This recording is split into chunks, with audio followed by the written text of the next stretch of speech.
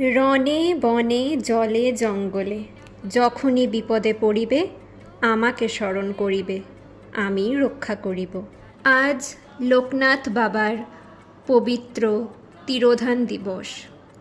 যুগ যুগ ধরে ঘোর অন্ধকারে নিমজ্জিত মানব জাতিকে আলোর পথ দেখাতে আবির্ভূত হয়েছিলেন এই ত্রিলোকনাথ বাবা। শুধু একজন যোগী বা সন্ন্যাসী ছিলেন না, তিনি ছিলেন আমাদের পরম আশ্রয়, আমাদের সবচেয়ে বড় ভরসার জায়গা।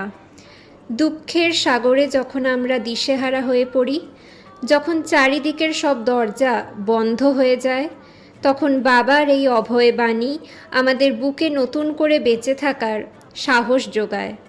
তিনি আমাদের শিখিয়েছেন ধৈর্য ধরতে, শিখিয়েছেন নিজের ওপর বিশ্বাস রাখতে ও সবাইকে নিঃস্বার্থভাবে ভালোবাসতে। আজকের এই পুণ্য তিথিতে বাবার শ্রীচরণে জানাই কোটি কোটি প্রণাম।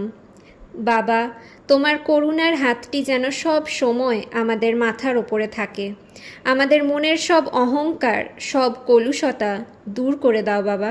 আমাদের প্রতিটি বিপদে, সুখে দুঃখে তুমি পাশে থেকো। আসুন আজ বাবার তিরোধান দিবসে আমরা সবাই মিলে তার দেখানো সত্য ও প্রেমের পথে চলার প্রতিজ্ঞা করি।